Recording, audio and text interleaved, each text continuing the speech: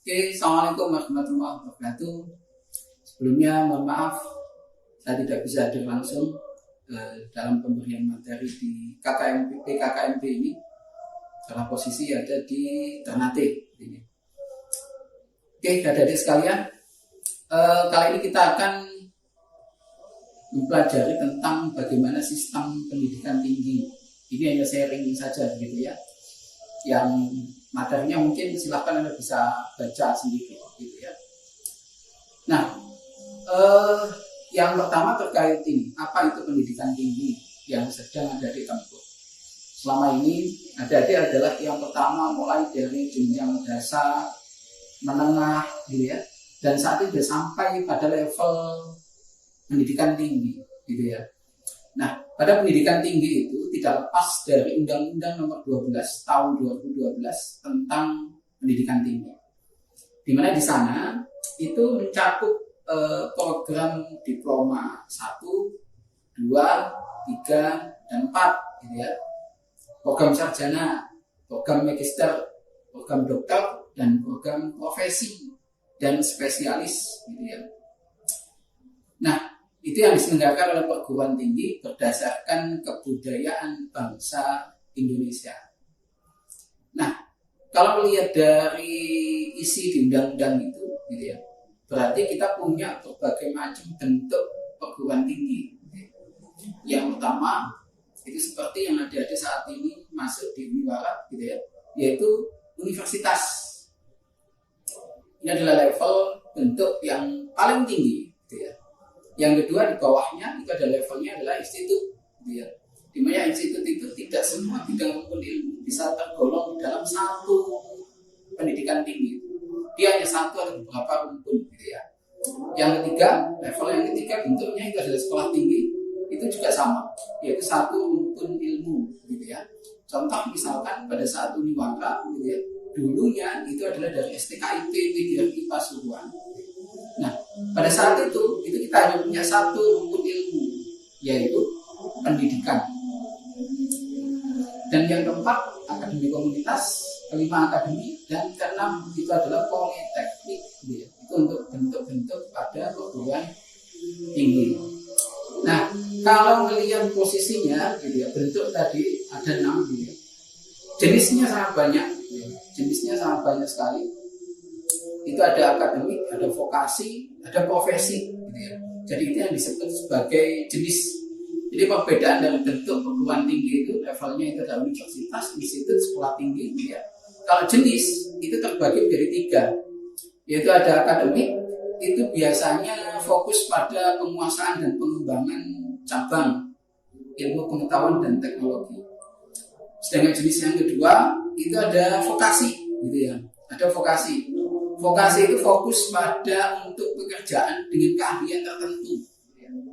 Dan yang ketiga itu adalah jenis profesi. Profesi ini itu khusus pekerjaan yang memerlukan persyaratan keahlian khusus. Nah, berikutnya kita coba untuk melihat bagaimana tridharma gitu ya. Tridharma ini sebagai tugas dan kewajiban kita pada saat masuk di perguruan tinggi. Sebenarnya kuncinya kita pada saat masuk ke perguruan tinggi itu tugas kita hanya 3 hal ini. Yang pertama adalah pendidikan dan pengajaran, yang kedua adalah penelitian, dan yang ketiga itu adalah pengabdian kepada masyarakat. Nah, dari 3 hal tadi, pada saat kita ngomong ada pendidikan, ada penelitian, gitu, ada pengabdian, posisinya bagaimana pada saat kita nantinya di perkuliahan, gitu ya. Nah, apa sih sebenarnya yang melatar belakangi hal itu? Nah, ketiganya itu berdasarkan dari fungsi dari pendidikan tinggi yang masih terdapat pada Undang-Undang Nomor 12 Tahun 2012 ya. Yang pertama, mengembangkan kemampuan dan membentuk watak serta peradaban bangsa yang bermartabat dalam rangka mencerdaskan bangsa. Nah, di sini posisi dari tugas tridharma pendidikan yang pertama gitu ya, yaitu kita mengembangkan kemampuan kita, khususnya adalah yang paling penting itu adalah membentuk watak sehingga kita punya martabat gitu ya. Itu yang paling pokok dari tridharma yang pertama, pendidikan. Yang kedua, yaitu mengembangkan sivitas akademika yang inovatif, responsif, kreatif, terampil, berdaya saing, dan kooperatif melalui pelaksanaan tridharma. Nah, fokus dalam yang kedua ini, kita itu tergolong saat ini masuk di dalam satu sivitas akademika. Sivitas akademika itu sebutan dari satu komunitas gitu ya, yang memiliki satu tradisi ilmiah untuk mengembangkan sesuatu, khususnya terkait tentang budaya. Nah, inilah fokus kita di penelitian gitu ya. Sehingga mengembangkan sivitas akademika itu adalah budaya, bagaimana kita memiliki tradisi ilmiah. Ini adalah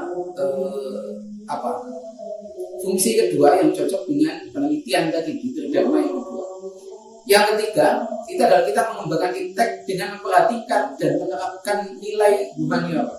Nah, ini sebenarnya kunci yang cocok untuk yang ada di pengabdian.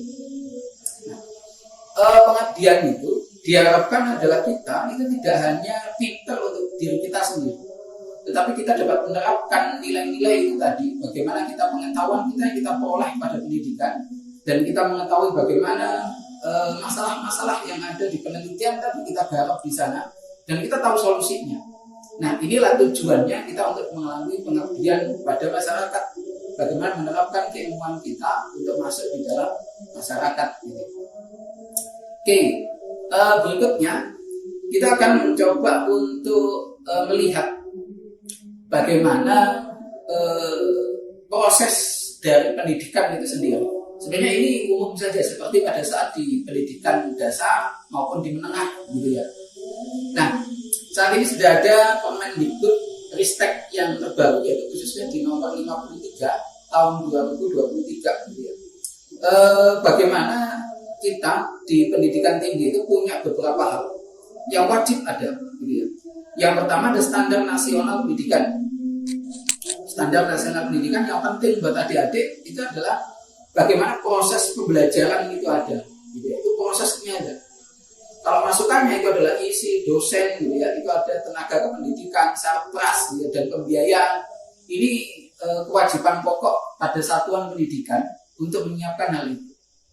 Dan yang kedua, pada proses di standar nasional itu ditetapkan ada proses pembelajaran yang pasti, penilaian yang baku, dan pengelolaan di perguruan tinggi. Luarannya adalah untuk membentuk kompetensi lulusan. Nah, yang kedua, dari tridharma yang kedua terkait penelitian itu punya standar juga ya di sana. Bagaimana masukannya? Inputnya itu adalah akses terhadap sarpras, pembiayaan, penugasan dosen, dan penggunaan TK. Itu sudah sesuatu yang wajib ada, gitu ya. Wajib ada. Apalagi sarpras, gitu ya. Itu kita bisa memasukkan di dalam kampus ini bagaimana kita menggunakan lab-lab yang ada di kampus secara keseluruhan. Bisa digunakan untuk hal itu di penelitian.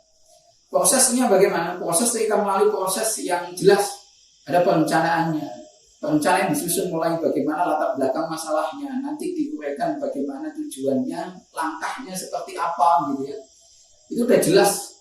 Bahkan metodologinya seperti apa, pengumpulannya waktunya seperti apa, pakai apa saja, instrumennya bagaimana, termasuk bagaimana analisisnya, itu cukup jelas gitu ya.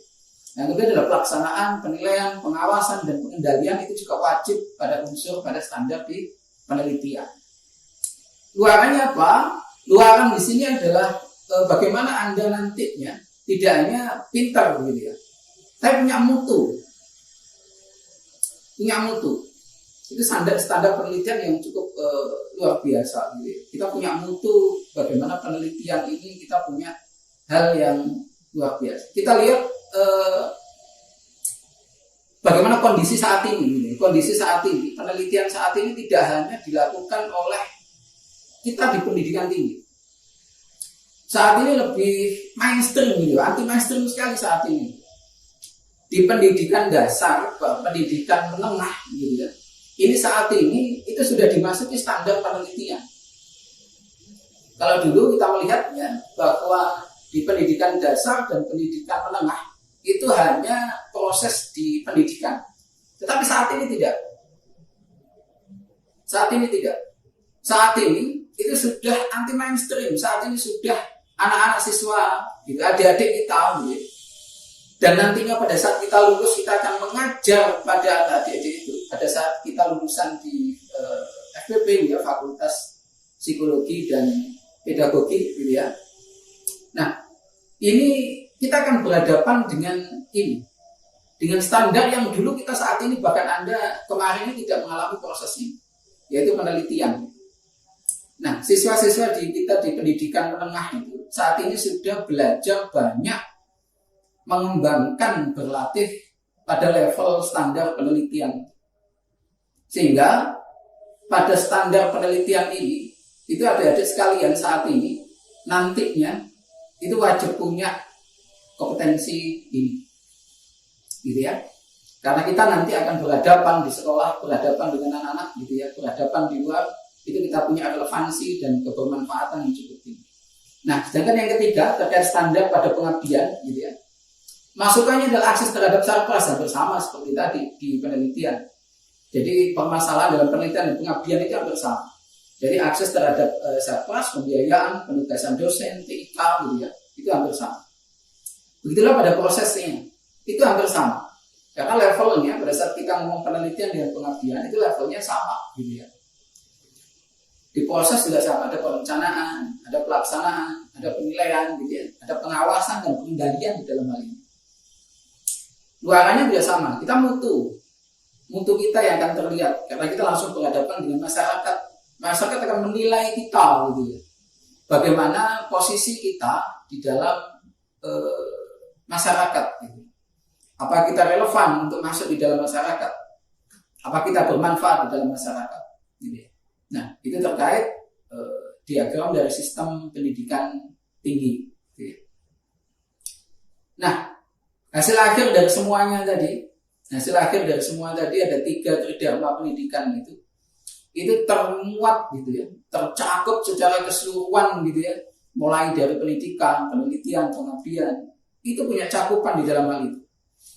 Cakupannya bisa masuk iptek, gitu ya, keterampilan yang secara spesifik itu tergantung dari program studi Anda, gitu ya, dan bagaimana mengimplementasikannya dari kognitif tadi itu ke dalam keilmuan-keilmuan yang saat ini, gitu, yang ada di masyarakat, yang ngetren pada saat ini. Pengetahuan dan keterampilan. Pengetahuan saat ini tidak cukup, gitu ya. Tidak cukup. Pengetahuan kita tidak cukup. Kita harus menyesuaikan bagaimana dunia industri, gitu ya, dunia usaha dan dunia industri ini bisa menerima kita. Keterampilan apa yang dibutuhkan itu, gitu ya. Dan kita harus masuk di dalam itu. Kita harus bisa melihat tujuan kita nanti ke depan, kita ingin apa. Maka kita harus belajar keterampilan yang dibutuhkan di dunia usaha atau dunia industri. Gitu.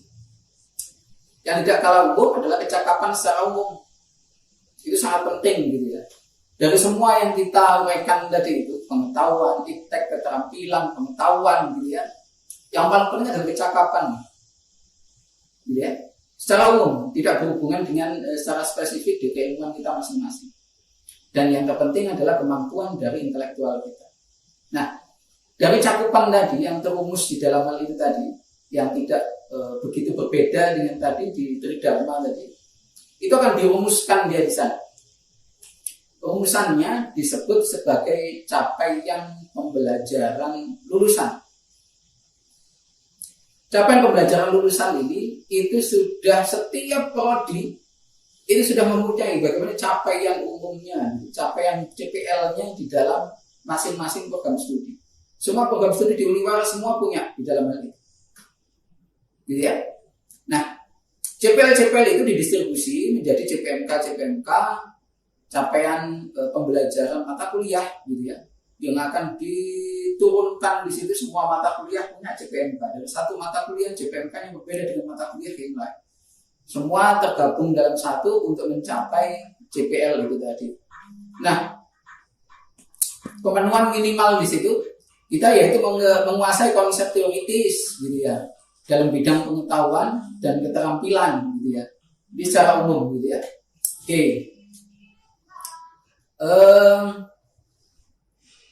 Ketika tadi sudah kita ngomong bagaimana aturan-aturan di pendidikan kita, pendidikan tinggi itu seperti apa, Nah, ini masih sama, kita pakai standar proses di pembelajaran atau kita sebut di perkuliahan kita nanti itu seperti apa sih, gitu ya.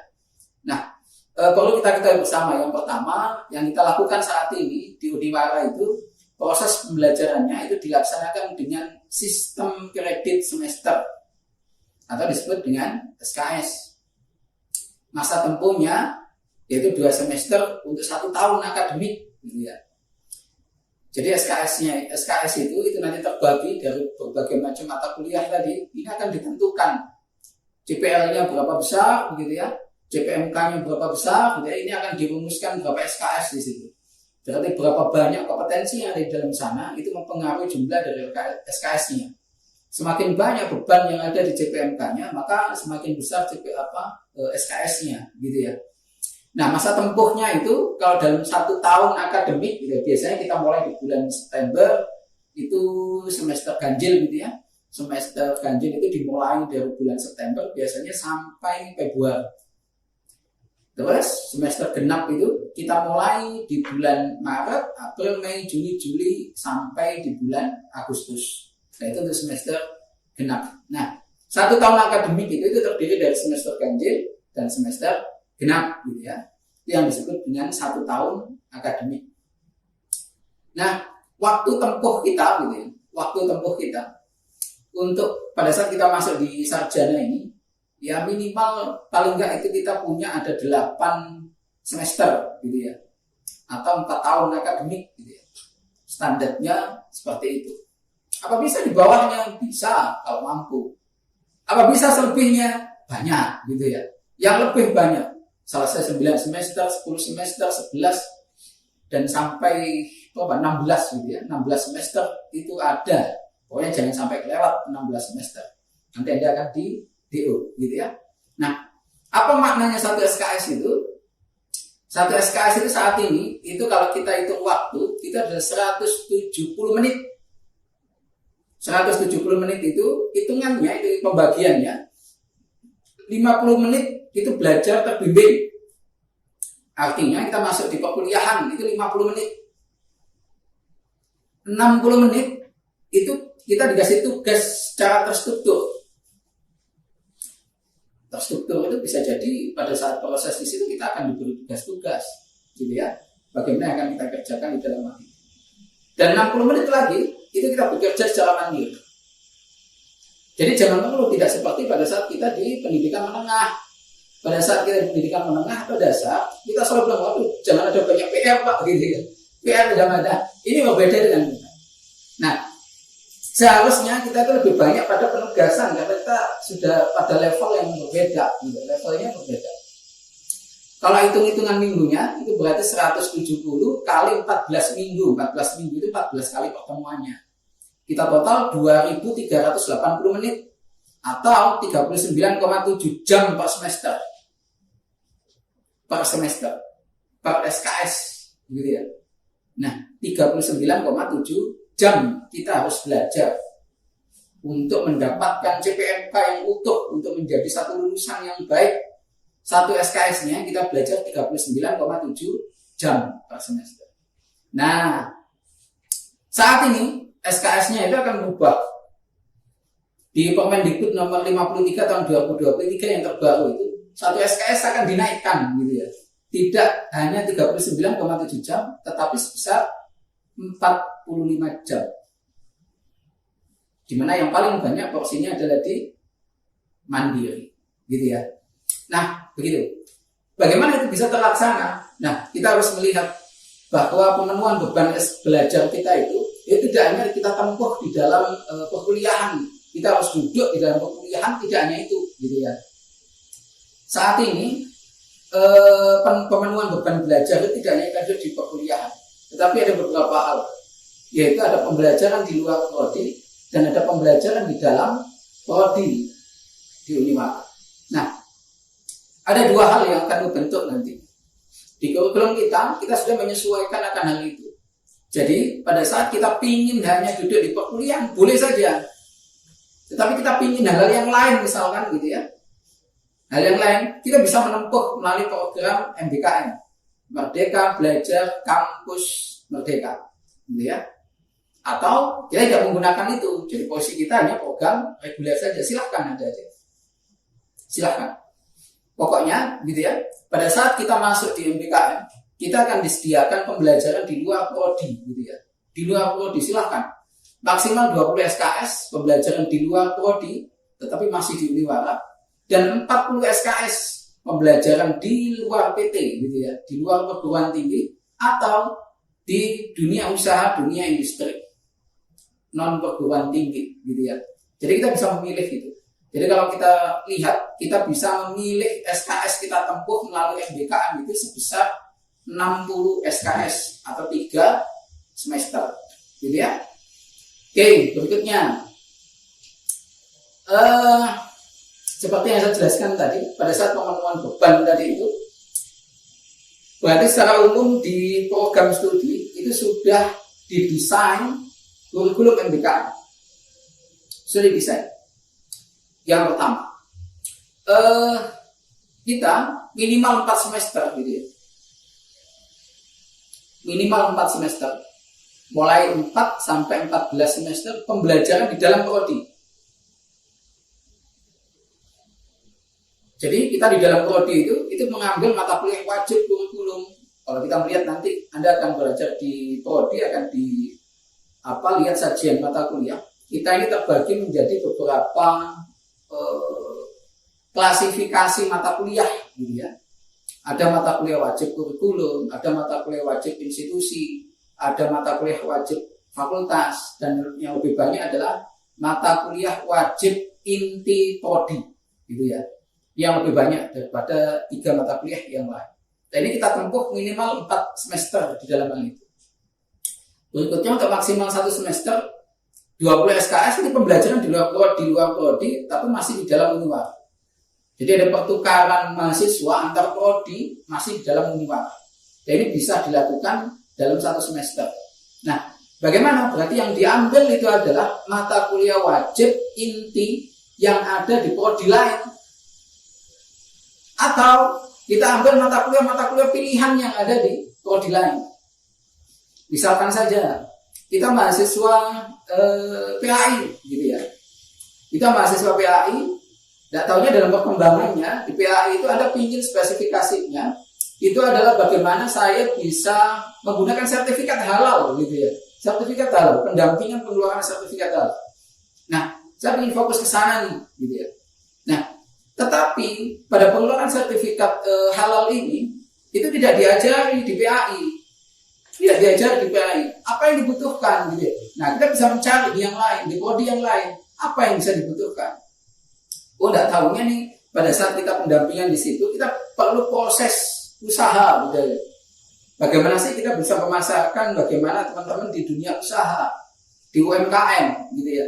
Nah, anak-anak teman-teman yang ada di PAI, mahasiswa PAI itu bisa belajar di ekonomi syariah atau bisa belajar di pendidikan ekonomi gitu ya, untuk bagaimana memasarkan lebih dalam mempelajari tentang UMKM seperti itu. Dan banyak lagi contohnya di dalamnya.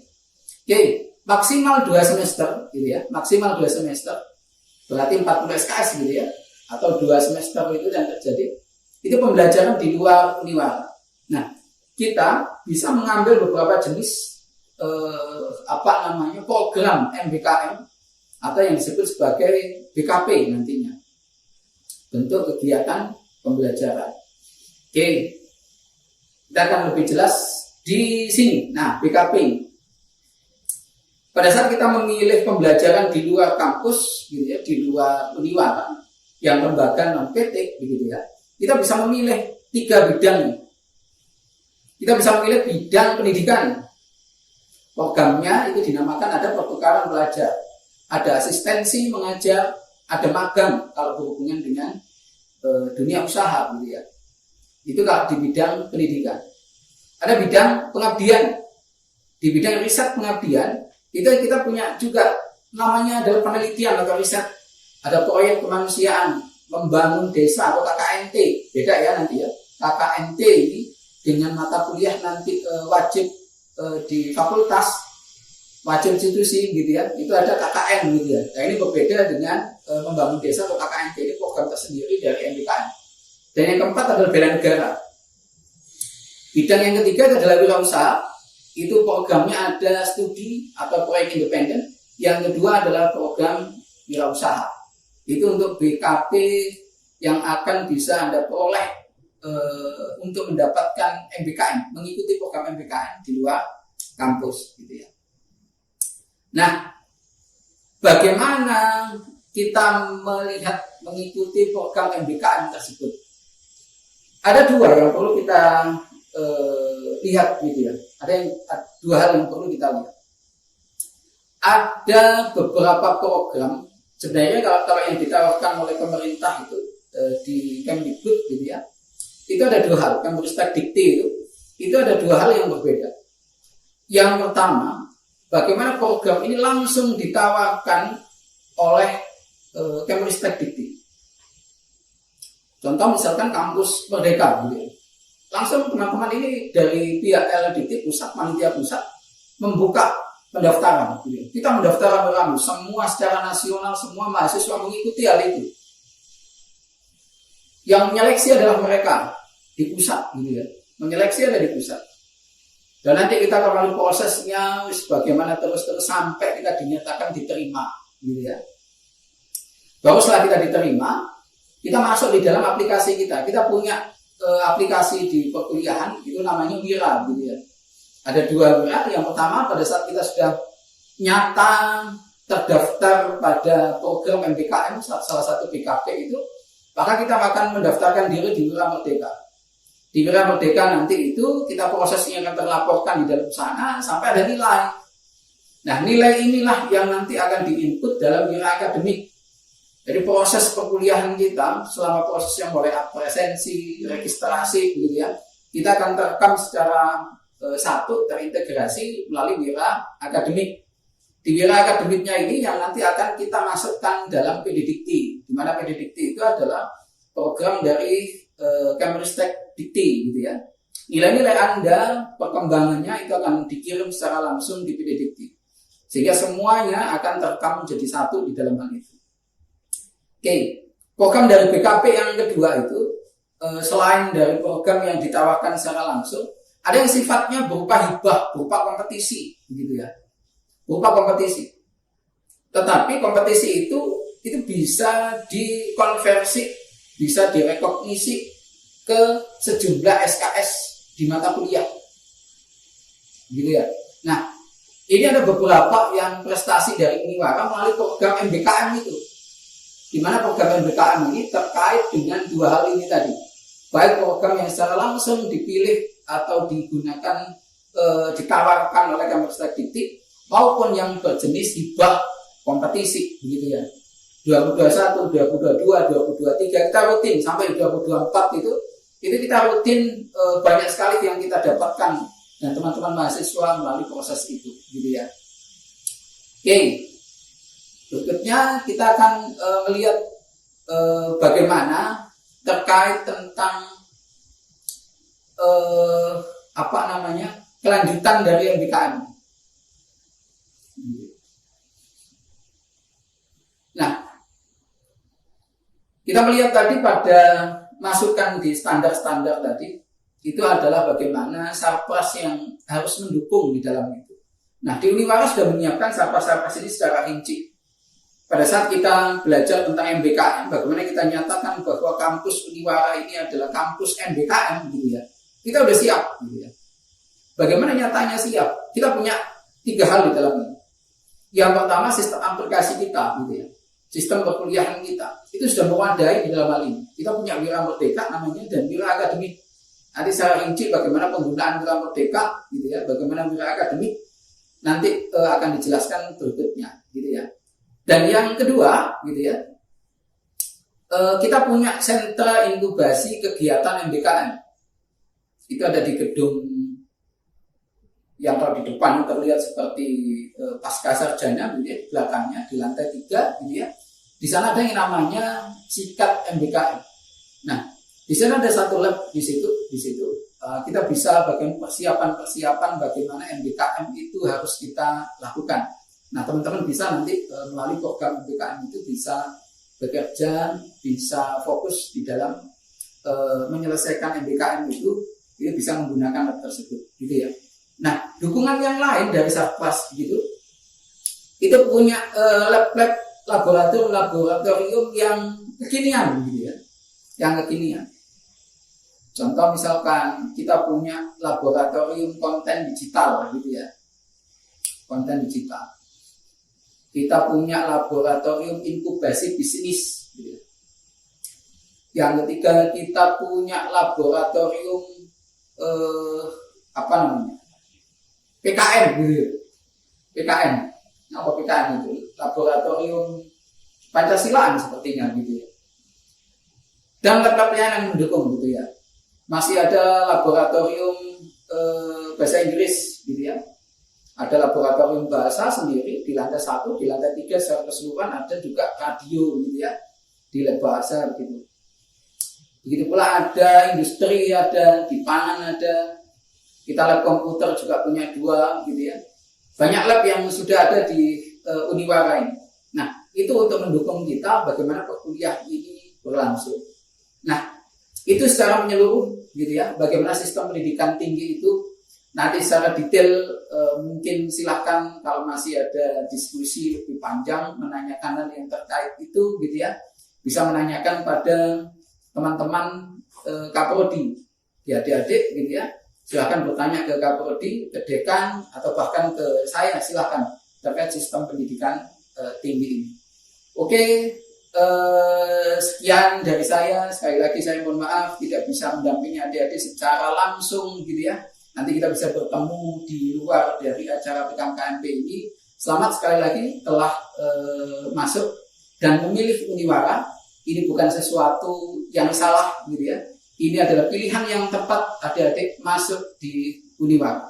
Terima kasih adik-adik sekalian. Assalamualaikum warahmatullahi wabarakatuh.